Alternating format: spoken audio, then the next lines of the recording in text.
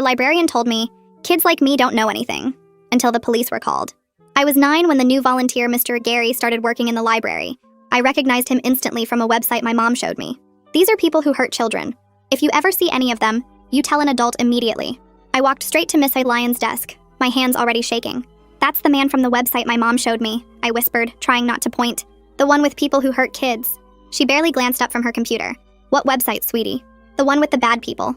I remember his face, the scar, and everything. Miss Lyons' expression changed and she sighed heavily. You're too young to judge adults. That's very rude. But he's on the computer. I pulled up the state registry on the library desktop right there. My mom had bookmarked it on every device. His face popped up immediately. Look, Robert Gary, he's not supposed to be near kids. She actually closed the laptop screen on my fingers. Not hard, but firm. 9-year-olds don't understand these things. Mr. Gary passed our background check, and I won't have you spreading rumors. The kindergartners were already lining up outside the reading room, their teacher dropping them off like always. My chest felt tight watching Miss Lyons walk Mr. Gary over to them, her hand on his shoulder like they were old friends. Children, this is Mr. Gary. He'll be reading to you today while I catch up on some work. She left him alone with them. 8 5-year-olds and a man whose photo I'd just shown her on an offender registry, and she just left. I texted my mom frantically, but she was in a work meeting. I stood by the window, pretending to organize books, but really watching him through the glass. He was sitting too close to this little girl, Ellie. I knew her from reading time. She always wore these sparkly hair clips. He kept touching them, telling her how pretty they were. The other librarian, Mr. Jones, walked by and I grabbed his sleeve. Something's wrong with the new volunteer. Miss Lyons said she's handling it, he said, not even slowing down. That's when I saw Mr. Gary stand up, taking Ellie's hand. Through the window, I could see he was mouthing something about a puppy in his van. Ellie's whole face lit up. Mr. Gary was crouching down now, whispering something that made her nod excitedly. He started walking toward the door, Ellie skipping beside him. I ran around to the door, but it was locked from the inside.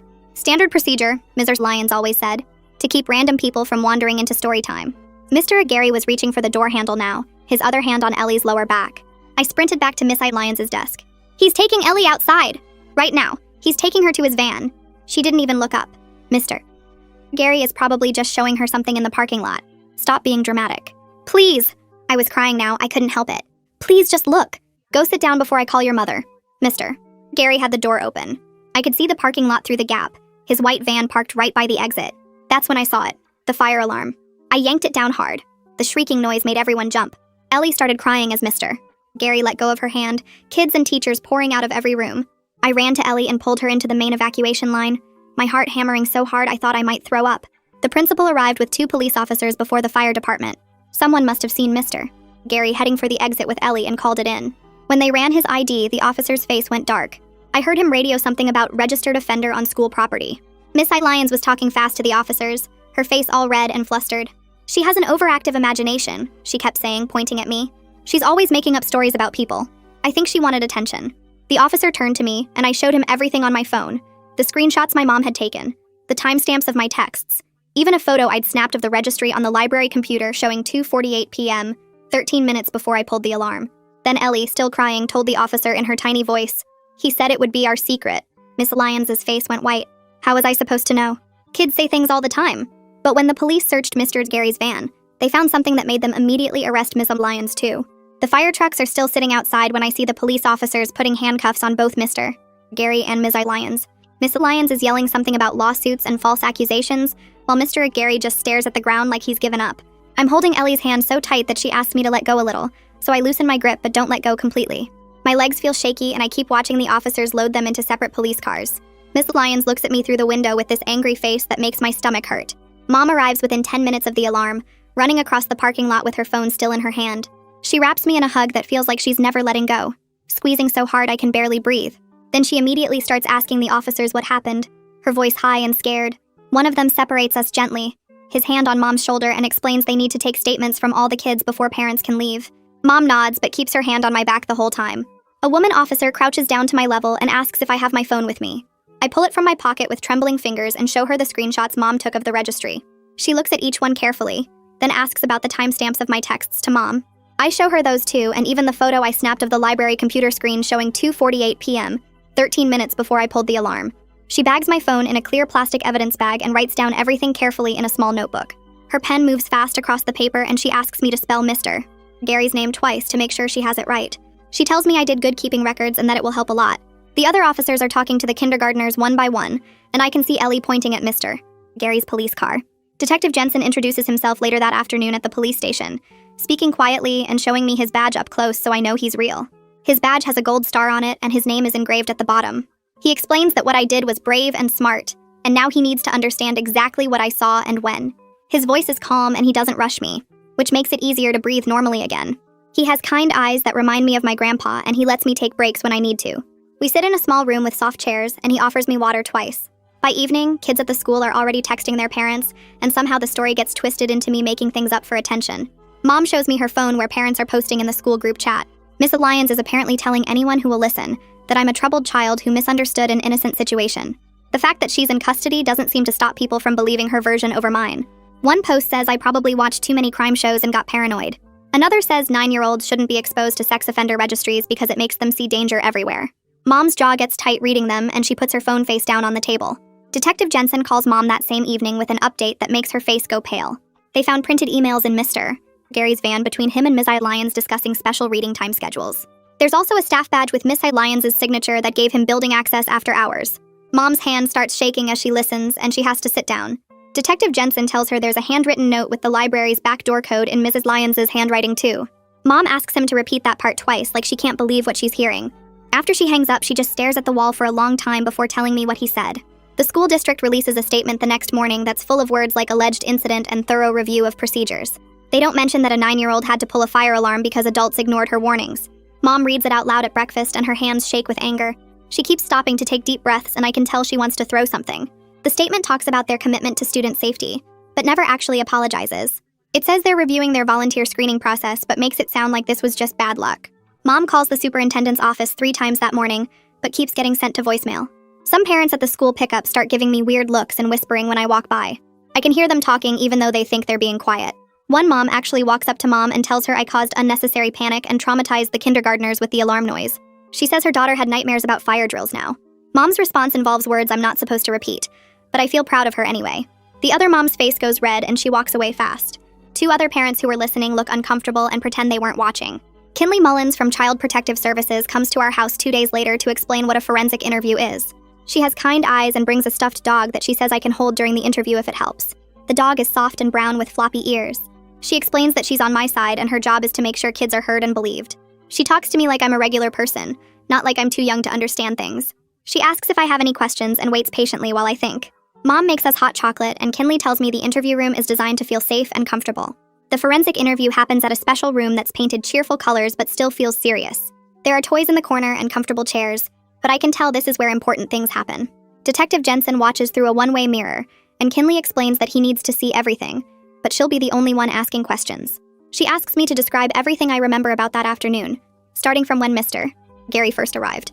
I tell her about showing Miss Lyons the registry on the computer, about watching Mr. Gary through the window touching Ellie's hair clips, about Mr. Jones brushing me off when I tried to warn him. I describe seeing Mr. Gary take Ellie's hand and mouth something about a puppy, about running to the locked door and then sprinting back to Ms. Lyons' desk. Kinley writes notes the whole time but keeps her eyes on me so I know she's really listening. When I get to the part about pulling the fire alarm, my voice cracks a little but I keep going. She tells me I can stop anytime I need to, but I want to finish telling her everything while it's fresh in my mind. When the interview finishes, Kinley walks me back to the waiting room where Mom stands up so fast her chair scrapes against the floor. Mom hugs me tight and asks if I'm okay, and I nod even though my throat feels raw from talking so much. Detective Jensen comes out a few minutes later and shakes Mom's hand and tells her I did really well, and that my statement will help the case. The drive home is quiet, except for Mom asking if I want ice cream, and me saying yes, even though I don't really feel hungry. School at the end of that first week feels like walking into a room where everyone was just talking about you. Kids stare at me in the hallway, and I can see them whispering behind their hands, and some of them look away fast when I catch them watching. The news vans are still parked outside the main entrance with their big satellite dishes pointed at the sky, and reporters standing around drinking coffee.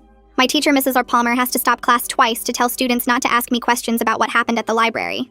During lunch, I try to sit at my usual table, but the conversations go quiet when I get close, so I end up eating in the library office with the door closed, because the cafeteria feels too loud and too many eyes are watching. The librarian lets me sit at her desk and doesn't ask any questions, which I appreciate more than she probably knows. 3 days after the forensic interview, a woman named Alma Taylor comes to our house, and Mom introduces her as the assistant district attorney. Alma has short dark hair and carries a leather briefcase that she sets on our coffee table before sitting down. She explains that she's prosecuting the case against both Mr. Gary and Ms. Lyons, and needs to walk us through what charges they're facing. Mr. Aguirre will definitely face charges for attempted kidnapping and being on the school property as a registered offender, she says, while pulling papers from her briefcase. Miss Lyons' case is more complicated because they have to prove she knew what she was enabling, and that's harder to show in court. Mom asks what happens if they can't prove it, and Alma pauses for a long moment before saying that Mrs. Lyons might only face lesser charges, or possibly walk free. The pause tells us everything we need to know about how uncertain this all is. Alma spreads documents across the table showing timelines and evidence lists, and Mom studies them carefully while I sit on the couch feeling small and useless. Mom takes me to see Hannah Bay the following week, and Hannah's office is nothing like I expected. There are soft chairs in colors like blue and green, and a whole box of fidget toys sitting on the side table, including spinners and squishy balls, and these weird mesh tubes you can turn inside out. Hannah has glasses and a kind smile, and she doesn't make me talk about the library right away, which surprises me. Instead, we practice breathing exercises where I put one hand on my chest and one on my stomach, and try to breathe so only my stomach hand moves. She teaches me what to do when my heart starts racing for no reason by counting things I can see in the room or pressing my feet hard into the floor. We spend almost the whole hour just learning these techniques, and Hannah says trauma makes our bodies react in ways our brains don't always understand. Before we leave, she gives me a small smooth stone to keep in my pocket that I can touch whenever I need to remember the breathing exercises. I see Ellie and her mom at the school pickup during the second week, and my stomach drops when I spot them near the fence. Ellie's mom sees us at the same time and immediately grabs Ellie's hand and starts walking the other direction toward the far parking lot. Ellie looks back at me with confused eyes, and I wonder if her parents told her what almost happened, or if they're keeping it secret to protect her. Mom notices too, and her jaw gets tight, but she doesn't say anything until we're in the car. Some families need space to process, she tells me while starting the engine, but it feels like they blame me somehow for making everything scary and real. I watch Ellie's mom rush her into their car through the side mirror and feel a weird mix of sad and angry that I can't quite sort out. The preliminary hearing happens 3 weeks after the fire alarm, and Mom takes me even though Alma said I don't have to testify yet. The courthouse has tall ceilings and marble floors that make every sound echo, and security guards check our bags before we can go through the metal detectors. Miss Lyons sits at a table in an orange jumpsuit with her hands folded in front of her, and I almost don't recognize her without her usual cardigan and reading glasses. When her lawyer says she pleads not guilty, Ms. Lyons nods like she actually believes it, like she really thinks she didn't do anything wrong. I squeeze Mom's hand hard enough that my knuckles turn white, and she squeezes back just as hard. The judge talks about bail and evidence and trial dates in words I don't fully understand, but Mom's face stays tight and focused the whole time. Miss Lyons' lawyer, Craig Mott, stands up to argue for bail and tells the judge that I'm a child with an overactive imagination who misinterpreted a volunteer helping a student. He says the background check cleared Mr. Gary, so Miss Lyons had no reason to doubt him and that she was just following district procedures. He makes it sound like I'm the problem, not the registered sex offender who tried to take a 5-year-old to his van, and I feel my face get hot with anger. Craig keeps talking about how Ms. Lyons has deep community ties and no criminal history and poses no flight risk. The prosecutor argues back that the evidence shows Ms. Lyons enabled a predator, but the judge sets bail anyway, and I watch Ms. Lyons walk out of the courtroom with her lawyer 2 hours later. Mom has to pull me away from the window because I'm staring so hard trying to understand how someone who did what she did gets to just leave. Kinley comes to our house again a few days later to prepare me for the possibility that I might have to testify at trial.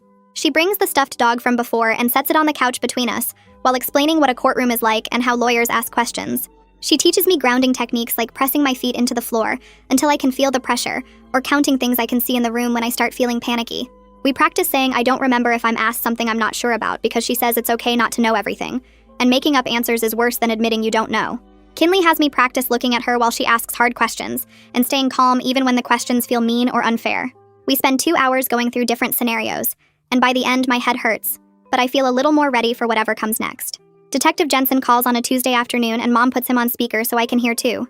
His voice sounds different, more excited than usual, and he tells us they found something important in Mr. Gary's van folder.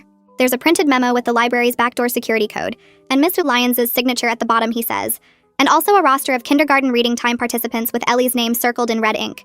The handwriting matches samples they took from Missy Lyons' desk, which means she was directly involved in planning access for Mr. Gary. Mom's hand starts shaking while she holds the phone, and she has to sit down on the kitchen chair. Detective Jensen says this changes everything because it proves Miss Lyons wasn't just negligent, she was actively helping Mr. Gary get to specific kids. After Mom hangs up, she stares at the wall for a long time before telling me what this means for the case, and I can see her hands are still shaking. The school board holds a closed meeting that Mom isn't allowed to attend, but she hears from another parent that they spent most of the time talking about liability insurance instead of what went wrong. The risk manager apparently said their priority is protecting the district from lawsuits, not discussing how a registered sex offender ended up volunteering with kindergartners. Mom makes a lot of angry phone calls that night to board members and the superintendent, and I can hear her voice getting louder through my bedroom wall. She keeps saying things about accountability and children's safety and how insurance money won't fix what almost happened. When she finally comes to say goodnight, her eyes are red and tired, but she tells me she's not giving up on making them take responsibility. A reporter named Emily Rowland publishes the first article about the case on Friday morning, and suddenly our phone won't stop ringing. The article has details about Mr. Gary's history, and the evidence found in his van, and quotes from unnamed sources about the investigation. Mom's phone buzzes constantly with calls from other reporters and people we don't know, and she finally turns it off after lunch. The article gets shared online, and the comments section fills up with people arguing about whether I'm a hero or a troublemaker who caused unnecessary panic. One person writes that 9-year-olds shouldn't have access to sex offender registries because it makes them paranoid about normal adults. Another person says I probably made the whole thing up for attention, and that Ms. Lyons is the real victim of a witch hunt. Mom reads some of the comments out loud at dinner and gets so angry she slams her laptop shut and tells me I'm never allowed to read them. I sneak onto the computer later that night anyway, and read through dozens of comments before Mom catches me and unplugs the router. The next week, Mom starts leaving for work later and coming home earlier than she used to. I notice because she's always been gone before I wake up for school, but now she's making me breakfast at the kitchen table. She tells me she talked to her boss about flexible hours so she can take me to all the appointments with Alma and Detective Jensen and Hannah. I hear her on the phone with the electric company one afternoon when I'm supposed to be doing homework. Her voice sounds tired and small, asking if they can give her until next month to pay the full bill. She promises she's good for it and just needs a little more time. I pretend I'm focused on my math worksheet, but I'm really listening to every word. That night, I hear crying coming from her bedroom after she thinks I'm asleep. I stand in the hallway with my hand on the doorknob, but I don't go in because I don't know what to say about being the reason everything costs so much money. Mom tells me at breakfast a few weeks later that Ellie transferred to a different school across town. She says Ellie's parents think a fresh start will be good for her. I ask if I can call Ellie to say goodbye, but Mom shakes her head and explains that Ellie's family needs space right now to help her heal. I write Ellie a letter anyway on my best stationery with the sparkly borders. I tell her I'm sorry the fire alarm was so loud and scary and that I hope she's okay. I write that I miss seeing her at reading time and talking about our favorite books. I fold it carefully and put it in an envelope with her name on the front. Mom finds it on my desk and sits down next to me. She says maybe we can send it later when Ellie's family is ready, but right now they need privacy. The letter stays in my desk drawer, and sometimes I take it out and read it when I'm feeling lonely. I wonder if Ellie still wears those sparkly hair clips, or if they remind her too much of that day. Alma calls on a Tuesday afternoon and Mom puts her on speaker so I can hear. Her voice sounds different from usual. She explains that Mr. Gary's lawyer contacted her about a plea deal to avoid going to trial. If he pleads guilty to some of the charges, they'll recommend a shorter sentence, and I won't have to testify in court. But it also means some details about what he planned might never become public record. Mom asks what I think, and I stare at the phone not knowing what to say. Part of me feels relieved I won't have to sit in a courtroom and answer questions with everyone staring at me. But another part feels cheated, like he's getting away with something even though he'll still go to prison. I tell Alma I need to think about it. She says that's okay and we can talk more at our next meeting. After she hangs up, I go to my room and lie on my bed staring at the ceiling. Both options feel scary in different ways, and I hate that I have to choose. Detective Jensen calls a few days later with news that makes Mom's face turn red. She has to sit down at the kitchen table and grip the edge hard with both hands. He tells us that 2 years ago, another librarian filed a complaint about Mr. Gary being too friendly with young girls during story time. The complaint described him sitting too close and touching their hair and asking them personal questions. But the report was marked as unfounded and filed away without any real investigation. Mom asks who reviewed the complaint, and Detective Jensen says it was Ms. Lyons. She was the supervisor who decided it didn't need follow-up. Mom's hands start shaking, and she asks Detective Jensen to repeat that part. He does, and adds that if Mrs. Lyons had done her job back then, Mr. Gary would never have been allowed near the library again. Mom thanks him for the information and hangs up. She sits at the table for a long time, just breathing hard and staring at nothing. When she finally looks at me, her eyes are wet and angry. She says some people don't deserve to work with children, and Ms. Lyons is one of them. The principal calls Mom the following week about an upcoming school assembly on library safety. She suggests in a voice that's trying to sound kind that I might be more comfortable sitting it out. Mom's face gets that look it gets when she's trying not to yell. She tells the principal very clearly that I'll be attending every school event I want to attend. The principal starts to say something about other students feeling uncomfortable, but Mom cuts her off. She says if anyone has a problem with me being there, they can take it up with her directly. After she hangs up, she asks if I actually want to go to the assembly. I think about hiding in the nurse's office while everyone else learns about safety rules I already know. But then I think about Miss Lyons telling me to sit down and be quiet. I tell Mom I want to go. She nods and says she's proud of me. The day of the assembly, I sit in the front row with my head up while kids whisper behind me. The principal talks about new volunteer screening procedures without ever mentioning why they're necessary. I count the ceiling tiles and practice my breathing exercises until it's over. Hannah asks me during our next session how I'm feeling about pulling the fire alarm. I tell her some people at the school think I overreacted and caused problems for no reason. She nods and doesn't look surprised. Then she asks me what would have happened if I hadn't pulled it. I think about Mr. Gary's hand on Ellie's back and his van in the parking lot, and Ellie's excited face when he mentioned the puppy. I tell Hannah that Ellie might be gone. Hannah nods again and says that's the only thing that matters. She explains that sometimes doing the right thing makes people uncomfortable or angry, but that doesn't make it wrong. The guilt in my chest gets a little lighter when she says that. It doesn't disappear completely, but it feels less heavy than before. I practice saying out loud that I did the right thing, even though it was scary. Hannah makes me say it 5 times until my voice sounds like I believe it. I see Miss Lyons at the grocery store 2 weeks later when Mom and I are buying milk and cereal. She's in the produce section looking at apples. Her hair is different, and she's wearing regular clothes instead of her librarian outfits, but I recognize her immediately. She looks up and sees me at the same time. Her eyes go cold and hard, and she just stares at me across the vegetables. Mom notices where I'm looking and immediately steps between us. She takes my hand and we walk quickly to the checkout without getting everything on our list. In the parking lot, Mom calls Detective Jensen and tells him what happened. He asks if Miss Lyons said anything or came near us. Mom says no, but the way she looked at me felt threatening. Detective Jensen says, Miss Lyons isn't supposed to be anywhere near me as part of her bond conditions. He makes a note to tell Alma so the prosecutor knows Miss Lyons violated the order. Mom keeps checking the rearview mirror the whole drive home to make sure no one is following us. The school sends a letter to all parents about enhanced safety measures the next month. Mom reads it out loud at dinner with a bitter laugh in her voice. The letter talks about new fingerprint background checks and continuous monitoring of volunteers. It uses words like proactive and comprehensive, without ever admitting the old system failed. There's no mention of how a registered sex offender ended up volunteering with kindergartners, or why it took a 9-year-old to stop him. Mom finishes reading and drops the letter on the table. She says it's a nice piece of fiction. Later, I see her in her office framing the letter and hanging it on the wall next to her desk. When I ask why, she says it's a reminder that institutions protect themselves before they protect kids. I don't fully understand what she means, but I can tell she's still angry about it. Emily sends Mom an email asking if I'd be willing to do an on-the-record interview about what happened. She promises to be sensitive and let me tell my story in my own words. Mom reads the email twice, then deletes it without responding. She tells me she's protecting me from more attention and stress. I can tell part of her wishes people could hear my side of things directly, instead of through police reports and court documents. That night, I hear her crying in her room again. I feel guilty for causing so many problems and making everything so hard. I want to tell her I'm sorry, but I don't know how to apologize for doing the right thing. I lie in bed counting the glow in the dark stars on my ceiling until I finally fall asleep. Alma calls the next week with news about Mr. Gary. He accepted a plea deal that includes charges for attempted kidnapping and being on the school property as a registered offender. His sentencing is scheduled for next month. Alma explains this means I definitely won't have to testify against him in court.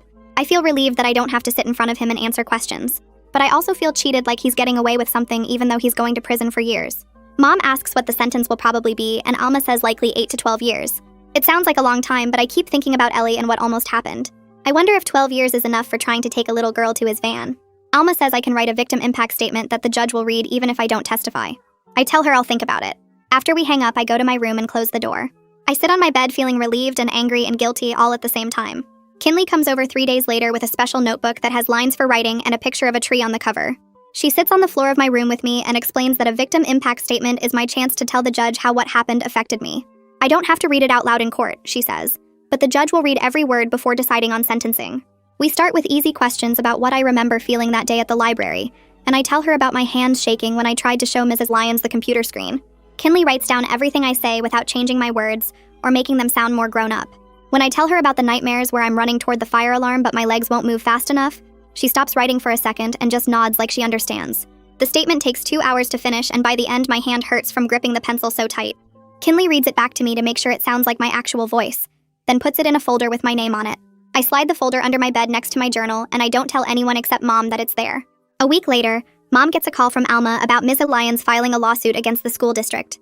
Miss Lyons is claiming she followed all the proper procedures, and the district is just making her a scapegoat to avoid their own responsibility. The district fires back with their own legal filing about negligence and breach of duty, and suddenly there are lawyers arguing about who failed worse. Alma explains over the phone that this civil lawsuit is separate from the criminal case, but Mom keeps saying it feels like everyone cares more about protecting their money than about what almost happened to Ellie. I listen from the hallway and wonder if anyone besides us remembers that this whole thing is about a 5-year-old girl who almost got taken. The next day, an envelope arrives from the district's risk manager with an official-looking letter inside. Mom reads it once, then twice, then a third time before her face goes red. The letter offers to pay for all my therapy sessions with Hannah if Mom signs a paper promising not to talk about the case publicly or sue the district later. Mom stares at the letter for a long minute, then tears it into small pieces and drops them in the trash. She calls the risk manager back and tells him we don't accept hush money, and I hear her voice shaking with anger through the phone. I feel proud of her for saying no, even though I know the therapy bills are stacking up on her desk. She doesn't think I noticed the envelopes marked past due, but I see them when I'm getting pencils from her office. The money stress starts showing up in other ways too. Mom snaps at me for leaving my backpack on the floor, then apologizes 5 minutes later. I start getting stomach aches before school that make me want to stay home, and Mom has to call me in sick twice in 1 week. During my next appointment, Hannah suggests a family session where Mom and I can talk about how the case is affecting both of us, instead of pretending everything is fine. We sit on Hannah's couch together, and Hannah asks us each to say one thing that's been hard. Mom starts crying and says she's sorry for making me worry about adult problems like money and lawyers. I cry too and tell her I feel guilty for causing so many problems by pulling the fire alarm. Hannah hands us both tissues and helps us understand that none of this is my fault, and that Mom is allowed to be stressed without me feeling responsible. Things get a little better after that session. Mom stops trying to hide the bills, and I stop pretending the stomach aches aren't real. 2 weeks later, I open our mailbox after school and find an envelope with no return address, and my name written in blocky letters. Inside is a note on plain white paper that just says, "Liars get what they deserve." My hands start shaking as I bring it inside to show Mom. She calls Detective Jensen immediately, and he drives over within 20 minutes to bag the note as evidence. He asks if we've noticed anyone following us or watching the house, and Mom mentions the car that's been parked down the street some evenings. Detective Jensen makes notes and promises to increase patrol cars driving past our house. That night, I check every lock on every door and window 3 times before bed, and Mom doesn't tell me to stop. I lie awake listening for sounds outside and wondering who sent the note. Meanwhile, Emily files something called Freedom of Information Act requests to get copies of the old complaint about Mr. Gary and internal emails about how the district screens volunteers. The district responds by citing privacy exemptions and refusing to release most of the documents she asked for. Emily appeals the decision, and Mom explains to me over breakfast that this is how reporters hold powerful people accountable, even when those people don't want to cooperate. I ask why the district won't just show the emails if they have nothing to hide, and Mom says that's exactly the right question.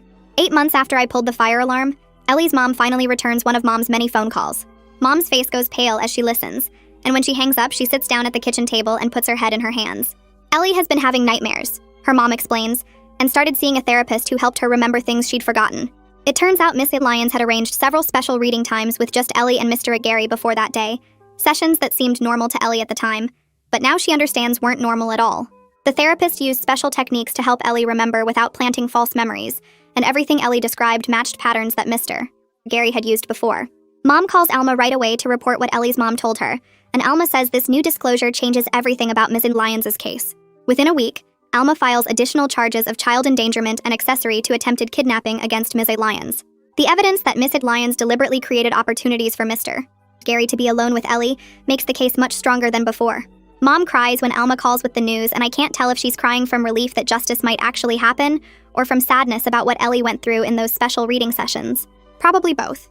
At the school, some of the parents who blamed me for causing drama start getting quieter as more evidence becomes public. A few even apologize to Mom at pickup, saying they didn't understand the full situation before. They don't apologize directly to me, though, just to Mom like I'm not standing right there. The whispers in the hallway change from troublemaker to that poor kid, which somehow doesn't feel much better than before. I still eat lunch in the library office because the cafeteria feels too loud. Then Emily publishes a new article with internal emails she finally got through her appeal. The emails show that the school board knew their background check system was inadequate, but delayed upgrades to save money in the budget. One board member even wrote that the risk of something bad happening was low enough to accept. That board member resigns the same day the article comes out.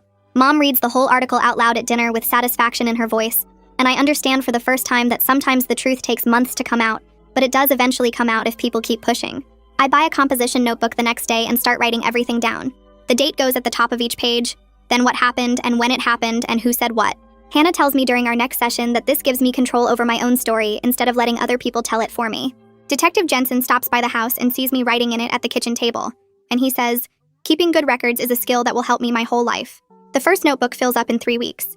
Mom buys me 3 more at the store, different colors so I can tell them apart. I write about the whispers at the school, about Emily's articles, about the nightmares I still have sometimes where I can't reach the fire alarm fast enough. Writing it down makes it feel less like it's bouncing around inside my head with nowhere to go. Alma calls in early November to say the trial date got set for February. Mom puts the phone on speaker so I can hear too.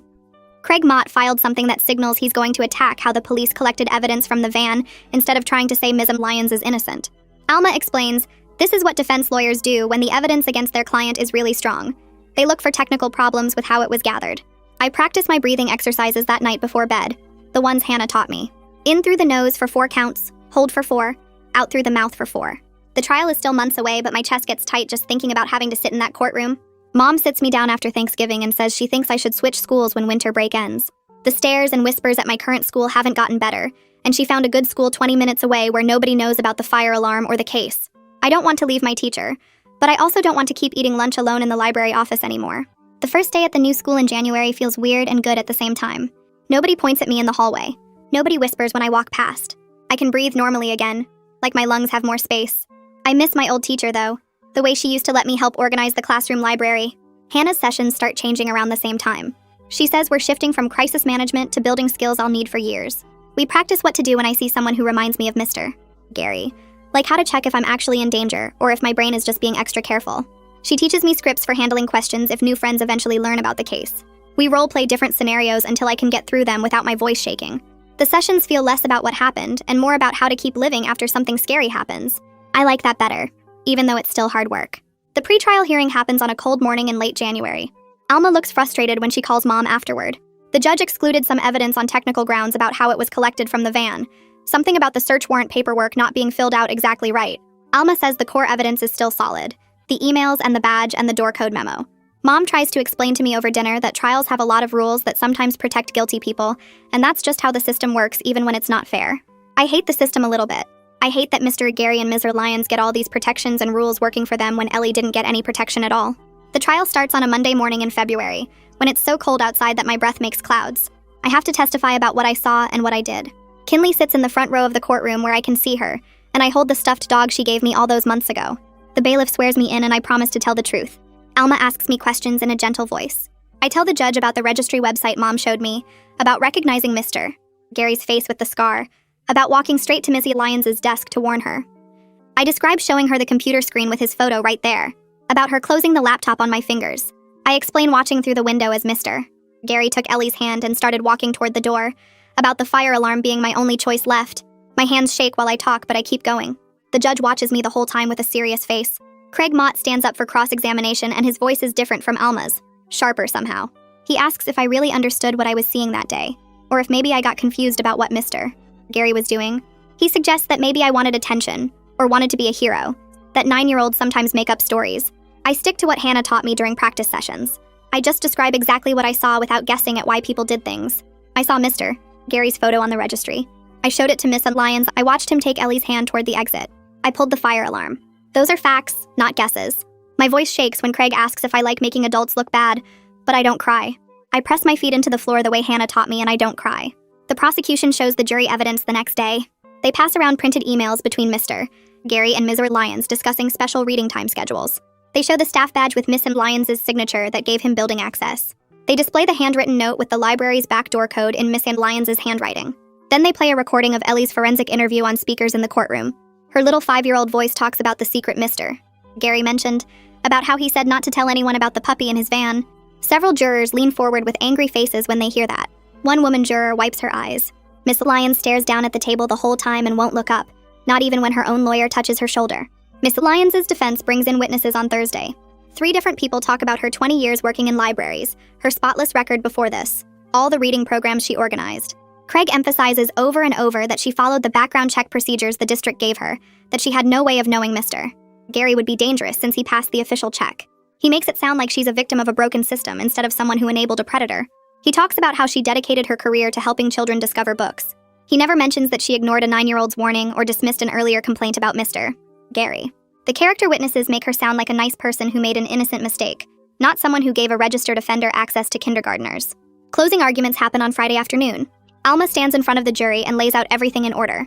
Miss Lyons ignored a 9-year-old's direct warning about a registered sex offender. She dismissed a previous staff complaint about Mr. Gary's behavior. She provided him with building access through a staff badge and security codes. She created multiple opportunities for him to be alone with young children, including special reading sessions with just him and Ellie.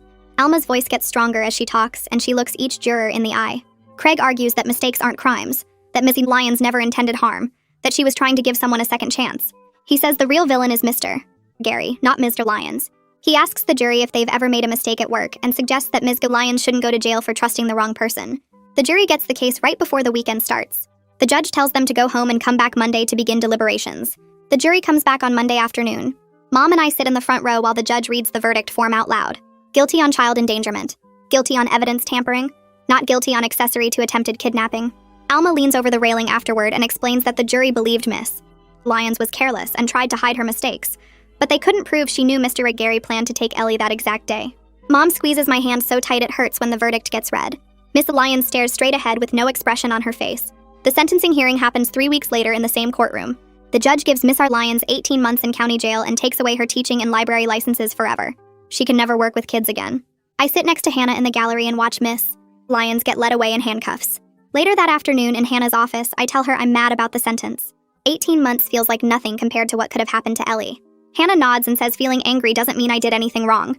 The anger sits heavy in my chest anyway, like something I can't put down. The school district settles the civil case 4 months after the sentencing. Mom shows me the letter explaining they'll pay for policy reforms and give our family and Ellie's family some money without making us sign papers saying we can't talk about it. Mom uses part of the money to pay off all the therapy bills that piled up. She puts the rest in my college fund. The settlement letter talks about moving forward, but never actually says sorry for what happened. Emily writes another article about the new volunteer screening rules and mandatory training for library workers. Mom asked her to keep my name out of it, so the article focuses on how the system failed instead of telling individual stories. I feel relieved to stay anonymous. Part of me wishes people knew that a kid figured out what all the adults missed, but mostly I'm just tired of being noticed. We moved to a new town the summer after 5th grade ends. Mom found a better job that pays more money and makes things less tight at home. The new house has strong locks on every door and a security system that beeps when windows open. I sleep better knowing the house is protected. I make friends at my new school who don't know anything about fire alarms or libraries or trials. They just know me as the kid who likes reading and is pretty good at math. 3 years pass before I hear from Ellie again. Kinley forwards me an email one afternoon when I'm 12 years old. The message is short and says Ellie wanted to thank me for keeping her safe that day. She doesn't ask to meet up or stay in touch. She just wanted me to know she's okay now and taking karate classes. I read the email 5 times in a row. Then I save it in a special folder on my computer where I keep important things. Kinley visits our house a few weeks after Ellie's email arrives. She tells Mom and me that my case helped push through new laws across the whole state. All libraries and schools have to do better background checks on volunteers now. Staff members have to take training about reporting concerns. Kinley says sometimes one person being brave changes things for everyone who comes after. I feel proud when she says that, but I also feel tired from carrying this story for so long. I decide to write everything down in my own words. I work on it for weeks in a notebook Hannah gave me, making sure every detail is right. Hannah says this is me taking control of what happened instead of letting other people tell it wrong. I write about being 9 and scared and pulling the alarm. I write about adults not believing me and about Ellie almost getting taken. I keep it anonymous but make sure it's all true. The writing helps me feel like the story belongs to me now. I'm not completely healed and maybe never will be. Hannah says that's okay and normal, but I have tools now for managing the hard days when my chest gets tight or I can't sleep. I know how to spot red flags in adults who act wrong around kids. I trust my gut feelings even when other people say I'm overreacting. I can set boundaries when people make me uncomfortable. The nightmares about Mr. Gary and the van come less often now. I can walk past fire alarms in buildings without my heart racing. That feels like enough progress. Years later, when I'm in high school, I walk through the library in my new town looking for books for a project. I pass a fire alarm on the wall near the back exit. For just 1 second, I'm 9 years old again with shaking hands reaching up to pull it down. Then I blink and I'm back in the present, almost 16 and taller than I was. I reach out and touch the alarm gently, like saying thank you to the scared kid who trusted herself when nobody else would. I check out my books at the front desk and head home. I carry the story with me, but I don't let it carry me anymore. That's the full wrap-up. I always try to make sure these aren't just stories, but something you can carry into your own life. If even one idea stuck with you, that's a win. Subscribe so the next one finds you.